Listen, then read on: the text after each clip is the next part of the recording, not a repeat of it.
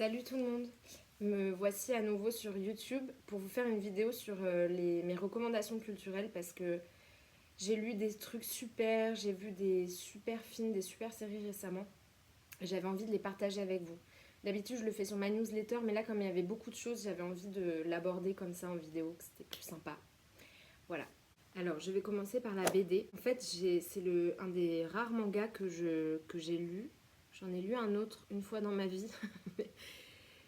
Je sais pas comment aborder les mangas en fait, il y en a trop, j'ai l'impression que ça parle beaucoup de romance un peu toxique ou alors de trucs d'aventure, c'est pas trop mon délire, mais ça c'est une pépite que j'ai trouvée à ma bibliothèque et ça s'appelle Shisakobe, je sais pas comment ça se prononce.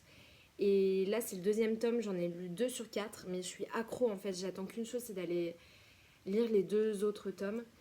Et en fait, ça raconte l'histoire d'un jeune homme qui reprend l'entreprise de son père, à la mort de son père, qui a une entreprise de gros œuvres. Et lui, en fait, il a une formation d'architecte et on sent que c'est un personnage qui est très dans sa tête, très cérébral. Et au moment de revenir reprendre cette entreprise familiale, il y a tous les employés qui remettent constamment en question ses compétences et ses capacités à le faire, quoi. Et donc c'est assez drôle parce qu'en plus, lui, il est abattu par les événements de la vie, il doute de lui, mais il lâche pas, il est hyper têtu. Et j'ai l'impression qu'il y a une raison et qu'on va la découvrir, quoi. Bon, il y a un peu les serments de son père aussi qui viennent un peu entretenir cette idée qu'il faut qu'il reprenne l'entreprise familiale, mais on sent qu'il est pas à l'aise. Et ses employés aussi le sentent et en fait c'est assez drôle, quoi. Et donc il y a une ambiance comme ça où c'est un personnage qui se laisse un peu aller aux événements de la vie, les subit, mais il a quand même envie de participer, quoi. Et il y a aussi en toile de fond une jeune femme qui va retrouver, qui va s'occuper de sa maison, mais elle lui dit ok, je viens m'occuper de ta maison, mais en fait je m'occupe de 5 orphelins et en fait il faut que tu les accueilles parce que lui du coup il est très riche. Et, et au début il veut pas, mais en fait elle lui laisse pas le choix, du coup il se retrouve avec 5 gosses, sales gosses. Et ça vient mettre une ambiance hyper déjantée, quoi, dans l'histoire parce que ils sont complètement dingues et il y a des scènes vraiment très drôles. Et du coup, voilà, il a quand même envie de s'occuper d'eux de temps en temps. Enfin, bon, et puis il y a une autre femme qui arrive et puis il est un peu amoureux, on sait pas de laquelle des deux. Enfin, je sais pas comment décrire, c'est à la fois très mélancolique parce qu'en fait le dessin est très mélancolique. Lui, on voit jamais ses cheveux, je vais vous montrer en extrait, ses yeux, pardon, on voit pas ses yeux. Il est tout en cheveux et en barbe, voilà, ça c'est le personnage principal. Et bon, on a un peu aussi quand même la représentation des femmes dans les mangas hyper. Bon, c'est très limite quoi. C'est pas érotique, mais bon, c'est. Voilà, c'est. Bon. Après, j'adore le dessin, je le trouve sublime. Juste, je crois que c'est vraiment le dessin qui crée cette atmosphère de mélancolie. Non, mais regardez ça. Ces mouvements de cheveux, la jeune fille qui marche et tout, je sais pas, je suis super touchée en fait par sa façon de représenter les émotions des personnages. Et il faut que je vous montre aussi les petits là parce qu'ils sont trop drôles. Ah voilà, là, cette petite là, elle fait trop peur. Enfin bref. Et du coup voilà, si je devais résumer, c'est mélancolique et déjanté. Et on est hyper accro en fait à cette ambiance générale. On a envie de savoir ce qui va se passer, est-ce qu'il va y arriver, qu'est-ce qu'il va faire en fait, parce il se laisse porter quoi. Donc c'est super intéressant. Et voilà, je le recommande vraiment, c'est envoûtant, il faut le lire. Je suis tellement accro à ces dessins que j'en ai refait quelques-uns, je vous montre. Voilà, j'essaye d'aller choper quelques-uns de ces traits parce que c'est vraiment, mais je sais pas, là, cette danse et tout. Bon, donc là, je vais d'abord vous parler de livres. Donc, je vais vous en présenter 2. Le premier, c'est Les filles comme nous de Daphné Palazzi Andreades. Et ça parle de jeunes filles qui habitent le Queens, qui vont petit à petit en sortir ou pas. Et je dis elles vont en sortir ou pas parce que ce qui est super intéressant dans ce livre, c'est qu'il y a l'utilisation du pronom nous, qui au départ est super déroutante. On ne sait pas qui parle, on se dit mais nous c'est qui. En plus elle représente plein de cultures différentes, de jeunes filles de cultures différentes. et c'est aussi, ça parle aussi de ça, hein, de qu'est-ce que ça fait d'avoir des origines, bon ils disent origines métissées dans le quatrième de couverture, dans la culture américaine. Et donc on les suit de la fin de l'adolescence, le lycée, jusqu'à leurs études et un peu après. Et, euh, et ce nous, au départ, qui est très déroutant, il grandit comme ça et on commence à comprendre que ça parle de la multiplicité, ça nuance en fait toutes les expériences de ces jeunes femmes, ça les complexifie, ça les multiplie quoi. Il y a vraiment cette notion de multiple dans ce livre qui est vraiment très très bien décrite. En tout cas, c'est un exercice de style parce qu'on dirait du slam en fait. On dirait du slam écrit, il y a une oralité comme ça avec parfois des mots qui reviennent, il y a du rythme et je sais pas, on est vraiment immergé comme ça dans ces groupes de jeunes femmes. Et du coup, c'est très joyeux, ça. On ressent en fait la vibration de toutes ces filles, qu'est-ce qu'elles font quand elles font le mur et de la réaction des parents et après quand elles font leurs études, à quoi elles sont confrontées. Après quand elles sortent avec des hommes ou des femmes qui sont pas de leur classe sociale parce que c'est un peu enfin il y en a dedans qui sont des transfuges, qu'est-ce que ça leur fait, quel rapport elles ont, elles se sentent coupables, enfin c'est vachement intéressant, c'est à la fois très poétique dans la façon dont c'est écrit et très politique parce que ça décrit, ça parle de ce que c'est que d'être une jeune fille métissée, bon, pour reprendre les mots, aux États-Unis quoi, et comment elles sont perçues et comment elles se perçoivent et comment elles ressentent tout ça. Et aussi quel est le rapport avec les filles qui restent dans les quartiers. Il y a celles qui sortent et celles qui restent. Celles qui sortent, elles sont tout le temps en train de se demander si elles trahissent pas leurs origines et à la fois... Enfin, c'est vachement intéressant. Et c'est très joyeux. Voilà, faut retenir que c'est joyeux. C'est vraiment une super expérience de lecture. Et ça se passe donc à New York, donc c'est trop cool. Enfin, moi j'adore en tout cas. Et c'est vraiment une pépite. C'est vraiment très très très bien écrit. Et on ressent vraiment dans notre cœur ce que c'est que de grandir dans le Queens, en gros. Voilà. Et j'ai lu un autre, je pense qu'on peut dire classique de la littérature américaine, c'est Shirley Jackson, La Maison Hantée. Il y a eu une série sur Netflix qui s'appelle The Haunting of Hill House. Bon alors, ce genre de livre, c'est pas du tout mon style de lecture habituellement, mais j'en ai beaucoup entendu parler et je me suis dit, bon, c'est cool de changer de style de livre. On est dans une maison qui s'appelle Hill House, qui se dit hantée, qui n'est plus habitée par ses propriétaires. Et il y a un docteur qui veut faire une expérimentation dedans et donc il invite 4 personnes à participer juste à habiter cette maison et voir ce qui se passe. Et on suit Eleanor, qui est le personnage principal. Et c'est une fille un peu perdue comme ça, qui vient, qui se dit ouais, pourquoi pas et tout, elle vient. Et en fait, petit à petit, ce qui est vraiment fort, c'est que dans le style d'écriture, il y a un trouble qui commence à prendre possession du personnage principal d'Eleanor. Et en fait, on suit les mouvements où tout à coup sa perception elle change, on ne sait pas si c'est vrai, si c'est pas vrai. Et en fait, elle est hantée quoi, petit à petit. Mais c'est très subtil, c'est pas du tout un livre d'horreur. Il n'y a pas des moments hyper angoissants, on n'est pas tenu à la gorge, mais quand même, moi je sais que j'en ai rêvé quoi. Et ça m'a. C'est quand même une empreinte, ça laisse une empreinte quoi sur la psyché quand on lit, parce que ça fait quand même peur, c'est un peu angoissant, mais c'est plus sur un trouble de la perception. Moi j'adore les livres comme ça où je sais pas, on est un peu là, on tangue un peu, on sait pas trop. Quand ça joue avec la perception, et qu'en plus l'auteur ou l'autrice arrive à faire en sorte qu'on arrive à suivre l'histoire, c'est ça en fait que je trouve vraiment fort. C'est que on sent le trouble, on sent qu'il y a un truc dans la perception qui cloche, mais on n'est pas lâché, on est tenu quoi. C'est vraiment trop fort. Siri Usvest, c'est la meilleure, je prononce mal son nom, pour ça. Tous ces livres abordent à un moment cette question-là, mais bon, j'en ai déjà assez parlé, je pense que j'en reparlerai. Mais lui, il était vraiment cool parce que ça se lit vraiment facilement, ça se lit vite, c'est vraiment chouette quoi. Bon, et ça parle aussi des relations entre deux femmes quoi. Parce qu'il y a une autre femme avec elle et donc du coup elle se sent un peu nul et tout. Et c'est vachement bien écrit aussi, ça, ce rapport un peu de rivalité entre les femmes. Et c'est pas toxique, c'est pas dépeint de manière problématique. C'est intéressant, je trouve. Puis voilà, il y a les autres personnages qui sont assez secondaires. Et bon, la maison est vraiment un des personnages principaux, quoi. On la voit, on la visualise, on la voit. Ah, on entend le bruit et tout. Bon, il y a quand même des passages un peu flippants.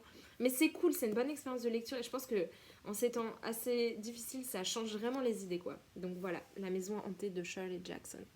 Bon, donc là, je vais vous parler d'une série, une seule. Parce qu'en fait, elle met à plat toutes les autres séries. Donc là, je pense que je vais être un peu genre hyper enthousiaste quand je vais vous parler de cette série parce que c'est de la bombe. C'est Tokyo Vice. Je vais vous mettre un encart là. Je crois que c'est sur Canal+. Franchement, c'est... Bon, donc c'est l'histoire d'un jeune Américain qui vient à Tokyo pour devenir journaliste. Et son rêve, c'est d'être embauché par le Meisho. C'est le journal apparemment le meilleur du monde. En tout cas, c'est le journal du Japon le plus lu. Et il va essayer d'intégrer ce journal qui est très très élitiste. Et il va y arriver. Et sa passion, c'est les Yakuza.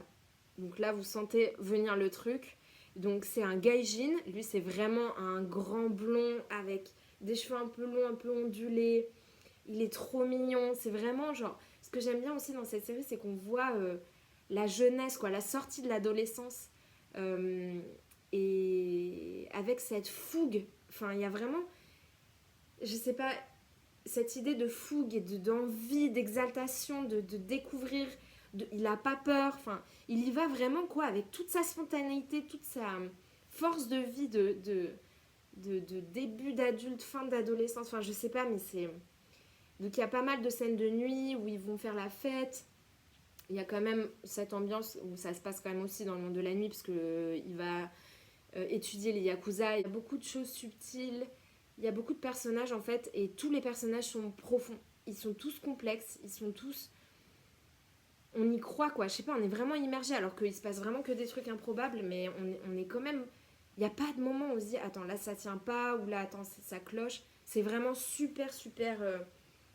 bien fichu, l'histoire elle est super bien ficelée et il y a plein de problématiques parce que du coup c'est intéressant dans sa boîte, donc dans le journal qui est quand même assez tradit, il y a une femme qui est sa boss et c'est la seule femme de... Enfin c'est une des seules femmes du journal, donc déjà elle n'est pas prise au sérieux, en plus elle est coréenne et du coup ils vont quand même réussir à nouer une bonne relation tous les deux parce que c'est un peu les outsiders. Et en fait, eux, ils sont trop forts et du coup, ils vont faire équipe. Elle est super intéressante.